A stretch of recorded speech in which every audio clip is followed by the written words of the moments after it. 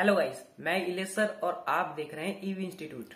Guys, पिछली video में हमने कवर किया था प्रेजेंट परफेक्ट टेंस को और आज हम पढ़ेंगे प्रेजेंट परफेक्ट कंटीन्यूअस टेंस को। इसकी पहचान से समझते हैं ये क्या होता है, इसमें किस प्रकार के सेंटेंस आएंगे। पहचान देखते हैं।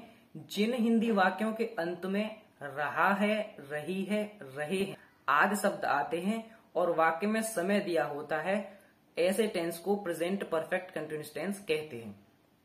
गाइस, वैसे तो इसकी बहुत सारी पहचान होती हैं, अलग अलग तरीके से इसको समझा जाता है, लेकिन हम सिंपल वे में समझेंगे। जैसे कि प्रेजेंट कंटीन्यूअस टेंस की पहचान होती है रहा है, रही है, रहे हैं, सेम वैसे ही इसकी पहचान हो जाती है। बस एक छोटा सा इसमें फर्क आ जाता है कि इसमें टाइम जोड़ दिया जाता है। हमें किसी काम को करने की ड्यूरेशन जहां पे पता चलेगी वहां हम प्रेजेंट परफेक्ट कंटीन्यूअस टेंस को पढ़ेंगे। अगर रहा है, रही है सिंपल आता है तो हमें कंटीन्यूअस टेंस के जो रूल्स हैं वो फॉलो करने पड़ते हैं। और अगर हमें उसमें समय दिया होता है, रहा है, रही है और उसके साथ समय दिया है, वहां पे हम परफेक्ट कंटीन्यूअस टेंस के जितने भी रूल्स हैं उसको फॉलो करेंगे। आइए समझते हैं। अफर्मेटिव में देखते हैं। सबसे पहले अफर्मेटिव के रूल्स में क्या है कि सिंगुलर सब्जेक्ट के साथ, सिंगुलर सब्जेक्ट कौन से होते हैं, ही, सी, इट, इन सभी के साथ हैज बीन, और प्लूरल सब्जेक्ट्स जैसे आई, यू, दे, वी, इन सभी के साथ हैव बीन का यूज करना पड़ेगा। और वर्ब की कौन सी फॉर्म लगेगी, आईएनजी फॉर्म, जैसे कि प्रेजेंट कंटीन्यूअस में लग रही थी, प्रेजेंट परफेक्ट कंटीन्यूअस में भी आईएनजी फॉर्म यूज होती है। और जैसे कि इसमें समय आता है, अभी इसमें पढ़ा के इसमें समय आता है, तो समय के लिए हमें क्या यूज, इसमें समय दो टाइप के आते हैं। समय कितने टाइप के होते हैं, दो टाइप के। एक तो हमें पता चलेगा कि ये निश्चित है, इसको यहां से यहां तक जोड़ा जा सकता है, हम पता कर सकते हैं कि इसकी ड्यूरेशन इतनी है। और एक होता है अनिश्चित, टाइम तो होता है लेकिन हमें पता नहीं चलता, हम उसको जोड़ नहीं सकते कि यहां से यहां तक ये टाइम हो गया। ऐसे दो होते हैं टाइम, निश्चित और अनिश्चित।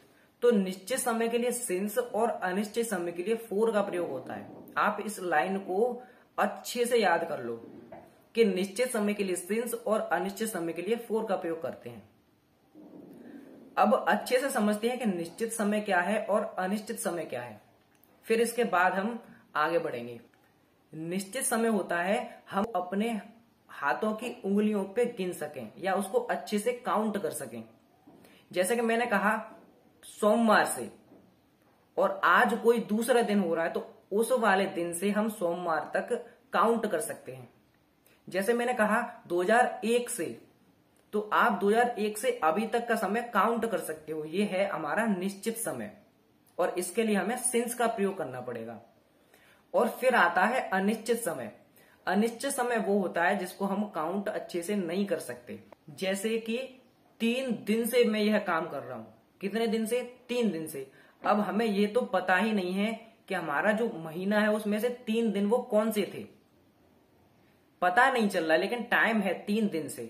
और जैसे कि हम घड़ी में देखते हैं 4 घंटे से, अब घड़ी में 12 घंटे होते हैं, उसमें से 4 घंटे कोई भी हो सकते हैं, हम काउंट नहीं कर सकते। अगर मैंने यहां पे कहा 4 बजे से, तो आप 4 बजे से अभी तक का टाइम काउंट कर सकते हो। लेकिन अगर मैंने कहा 4 घंटे से, तो हमें यह पता नहीं चलेगा कि वो कौन से घंटे थे और हमें कहां से काउंट करना है। जब हम काउंट नहीं कर सकते, वो अनिश्चित समय होता है, 4 लगाना पड़ता है। और हम काउंट कर सकते हैं, वो निश्चित समय होता है, वहां पे सिंस का यूज होता है। गाइस, उम्मीद करता हूं कि सिंस और 4 आपके अच्छे से समझ में आ गया है। आगे बढ़ते हैं। अफर्मेटिव सेंटेंस में एग्जाम्पल लेके समझते हैं कि इसको यूज कैसे करेंगे। सबसे पहले हेल्पिंग वर्ब समझ लेंगे, फिर सिंस और 4 समझ लेंगे। एग्जाम्पल लेते हैं। वह इस किताब को 3 घंटे से पढ़ रहा है। He has been reading this book for 3 hours. अभी हमने क्या यूज किया, सिंगुलर सब्जेक्ट साथ हैज बीन, और जहां पे हमारा अनिश्चित समय आया था, कितने घंटे से पढ़ रहा है, 3 घंटे से पढ़ रहा है। अब हमें पता नहीं कि वो कौन से 3 घंटे थे, इस वजह से हमने यहां पे क्या यूज किया है, 4। एक और एग्जांपल लेते हैं। मैं 6 बजे से तुम्हें पढ़ा रहा हूं। I have been teaching you since 6 o'clock। अभी हमने प्लूरल सब्जेक्ट, जैसा कि आप जानते हैं कि आई प्लूरल सब्जेक्ट होता है, और प्लूरल सब्जेक्ट साथ हमने हैव बीन यूज किया है। और अभी जो समय आया 6 बजे से आप काउंट कर सकते हो अभी तक का टाइम, 6 बजे से अभी तक का टाइम काउंट हो सकता है। इस वजह से हमने 6 o'clock के पीछे क्या लगाया है, सिंस। सिंस क्यों लगाया है, क्योंकि ये निश्चित समय है, काउंट हो सकता है। आप यहां से सिंस और फोर को अच्छे से समझ चुके हैं और हैव और हैज बीन को किस तरह से यूज करना है ये भी आपको पता चल चुका है। तो आइए आगे बढ़ते हैं। अफर्मेटिव सेंटेंस के बाद आता है नेगेटिव सेंटेंस।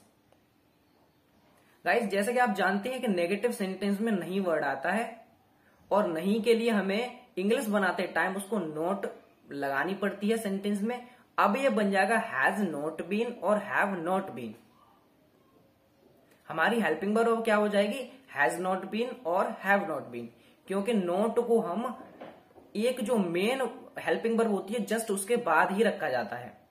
हैज थी और हैव थी उसके जस्ट बाद रखेंगे, उसके बाद हम बीन लगाएंगे। आइए एग्जाम्पल लेके समझते हैं। मुझे सोमवार से बुखार नहीं आ रहा है। I have not been suffering from fever since Monday. अभी आपने देखा मैंने नॉट का यूज कहां पे किया है, जस्ट हैव के बाद। और मंडे को आप काउंट कर सकते हो, जो भी आपका दिन है अभी आप उस दिन से मंडे को काउंट कर सकते हो, इस वजह से हमने यहां पे सिंस लगाया है। आइए एक और एग्जांपल लेके समझते हैं। वह 2 दिन से नहीं पढ़ रही है। She has not been reading for 2 days। अभी आपको पता है यहां पे हमने फोर का यूज क्यों किया है और सी के साथ क्या यूज किया है, has not been. Guys, negative sentence को अच्छे से समझने के बाद आगे बढ़ते हैं। नेगेटिव सेंटेंस के बाद आता है इंटेरोगेटिव सेंटेंस। इंटेरोगेटिव सेंटेंस को हम पिछली वीडियो में अच्छे से कवर कर चुके हैं कि इंटेरोगेटिव सेंटेंस क्या होता है।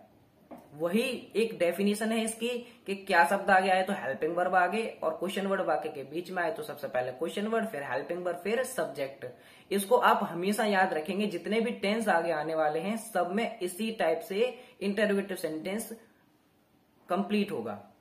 तो आइए सीधा सीधा इसका एग्जाम्पल लेके समझते हैं। क्या वह अपना काम 3 घंटे से कर रहा है।